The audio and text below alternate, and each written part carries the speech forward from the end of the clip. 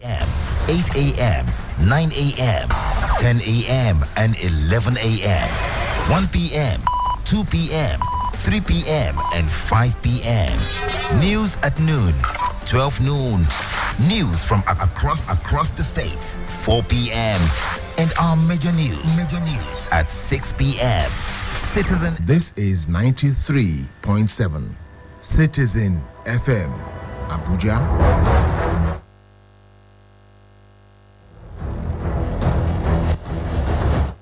Time for news on the hour. Senate amends 2022 Supplementary Appropriation Act. Ugandan members of parliament passed bill increasing paternity leave days.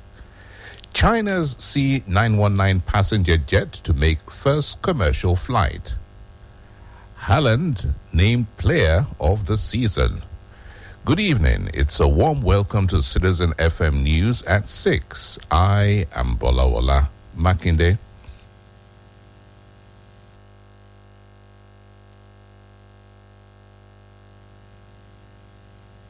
Amended the 2022 Supplementary Appropriation Act to extend the implementation year from 30th June to 31st December 2023. The National Assembly extended the implementation of the 2022 Supplementary Appropriation Act from 31st December 2022 to 31st March 2023. This was to allow full implementation of the budget, especially in light of the 2022 supplementary budget approved in December 2022. The extension had allowed the ministries, departments, and agencies of government to utilize a large proportion of funds released to them. However, according to Senate Leader Abdullahi Gobir, significant amounts of funds remain with MDAs and will require a further extension to be fully expended. President Muhammadu Buhari has called on Nigerian parents and children to hold on to the ancient truths of integrity, honesty, knowledge, and hard work in spite of the changing times, saying these landmarks remain the pillars of destiny. The president, according to a release issued on Saturday by his media advisor, Femi Adesina, to mark this year's Children's Day, said, "We must not lose hope, and our faith should be rekindled in the ability of government to safeguard the future of our lives and children. In 8 years, we have focused on children, negotiating and fighting for the release of many taken captive and painstakingly building intelligence on the whereabouts of others. Some have been released. More will come by God's grace as the next administration continues on the same noble path," he assured. President Buhari admonished parents to treat their children with dignity while staying focused on discipline. President, African Development Bank, ADB, Dr. Akinwumi Adesina has decried the fuel subsidy regime by the federal government, saying it only benefits the rich. Speaking during the presidential inauguration lecture in Abuja on Saturday, Adesina said the continued payment to subsidize petroleum products is killing the Nigerian economy. According to him, fuel subsidy cost $10 billion alone in 2022. He added that Nigeria keeps borrowing for what shouldn't be borrowed for, advising that such money should be channeled towards national development. Nigerian researchers have developed 4 prototype innovations to address different challenges in the country. The innovations focused on hunger, poverty, quality education, and responsible consumption and production. The prototypes have been developed by scientists from members of the Nigerian academia from public higher institutions under the Research for Impact R4I, an initiative of Tertiary Education Trust Fund, TET Fund, in collaboration with Innovate Hub. The lecturers, numbering 18, were selected to participate in the initiative, after which they were divided into 4 teams that developed prototypes of their innovative solutions to challenges in Nigerian society. Speaking at the closing ceremony of the workshop in Abuja on Friday, Executive Secretary, TET Fund, architect Sonny Echono, encouraged the 18 participants to be change agents when they go back to their various institutions. He urged them to make the right contribution and see that education becomes impactful, set personal goals, and ignore the noise around them in order to excel in whatever they do. The executive secretary further said Nigeria must move forward from the mindset that God will give them everything. In foreign news, Fulgence Kashmir, suspected of having a key role in the 1994 Tutsi genocide in Rwanda, was tried in court in Cape Town on Friday, 2 days after his arrest on a South African farm after being on the run for 22 years. The former fugitive is charged with genocide, complicity in genocide, conspiracy to commit genocide, and crimes against humanity. 62-year-old Kayishema, who until his arrest was one of the last 4 fugitives wanted for their role in the genocide that led to the deaths of 800,000 Rwandans, most of them Tutsi, at the hands of Hutu extremists, appeared impassive in the dock. The trial of Felicien Kabuga, the alleged financier of the genocide, opened in September 2022, but was suspended in March while it was decided whether he was healthy enough to remain in the dock. The Ugandan parliament has passed a bill that increases paternity leave from 4 to 7 days to enable male working employees help their spouses. Flavia Kabahenda, chairperson of Parliament's Gender Committee, said it is important that more time be accorded to male employees to help their spouses. The MP said they borrowed a leaf from neighboring Kenya, which accords male working employees 2 weeks for paternity leave, local media reported.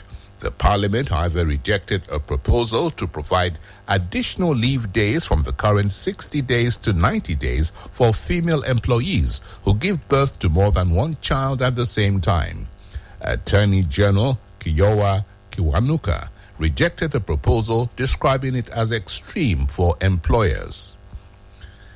United Nations Chief Antonio Guterres said he was shocked by a letter from the Sudanese Army Chief Abdel Fattah al-Burhan, reportedly requesting the replacement of Special Envoy Volker Perthes amid a brutal war with paramilitaries.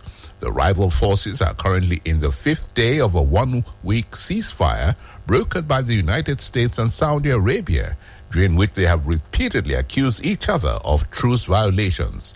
Neither the Army nor the UN have released official copies of Burhan's letter, which reportedly requested the dismissal of Perthes as Guterres' envoy to Sudan.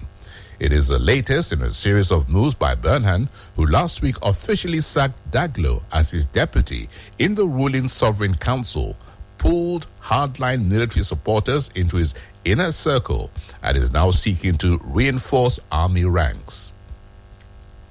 After years of research, development, and tests, China's first large homegrown passenger jet appears set to make its inaugural commercial flight on Sunday, May 28th. The China Eastern Airlines is a launch customer for the new narrow-body C919. According to the airline's app, flight MU9191 will depart Shanghai Hongqi International Airport at 10:45 a.m. local time, arriving at Beijing Capital International Airport at 1:10 p.m.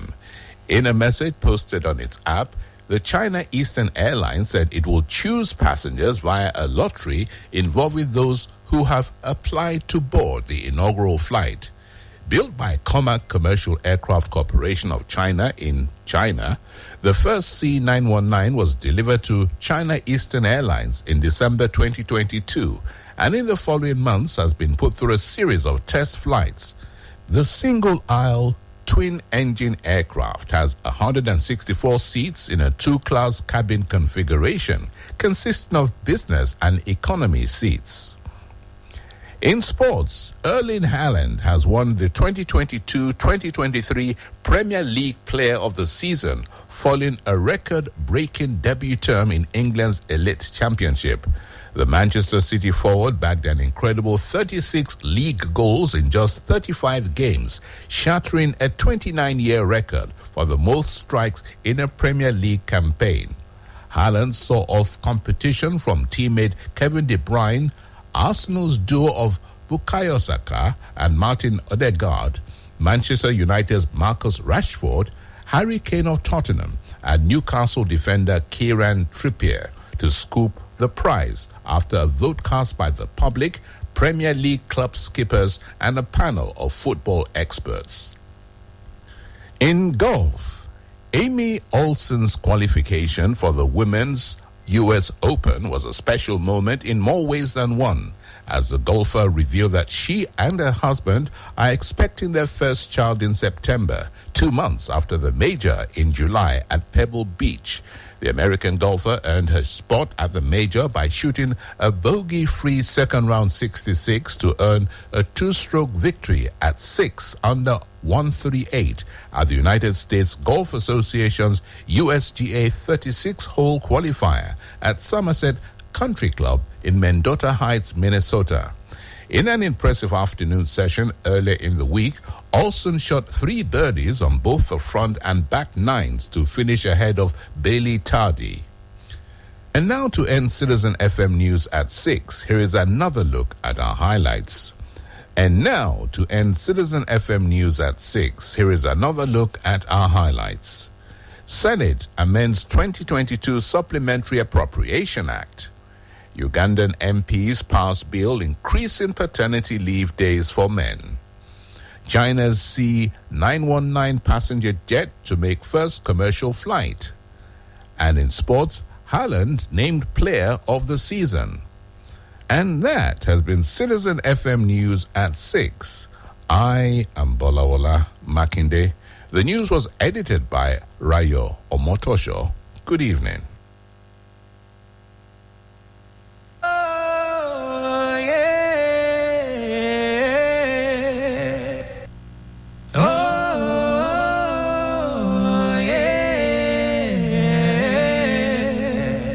Citizen FM Abuja, now we be the voice of the people. Citizen FM, Citizen FM, Citizen FM. Your problem is my problem and my joy is your joy. Citizen FM, Citizen FM. Make we join our hearts to build a nation of our dream. Citizen FM, Citizen FM.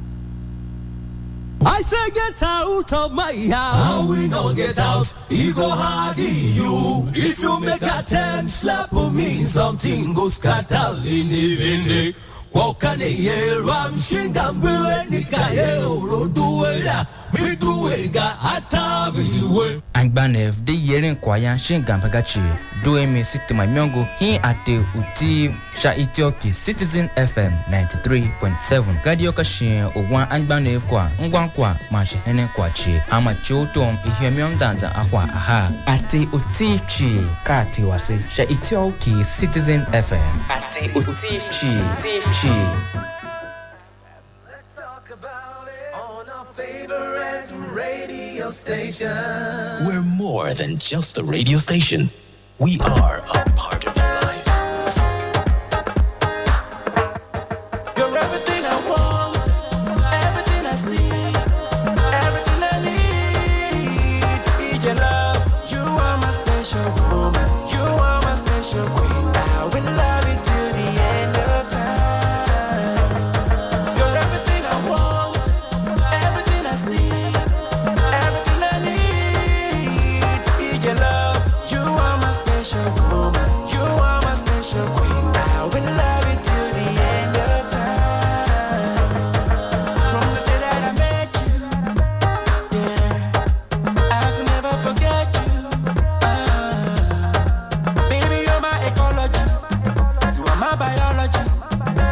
Make a family, and we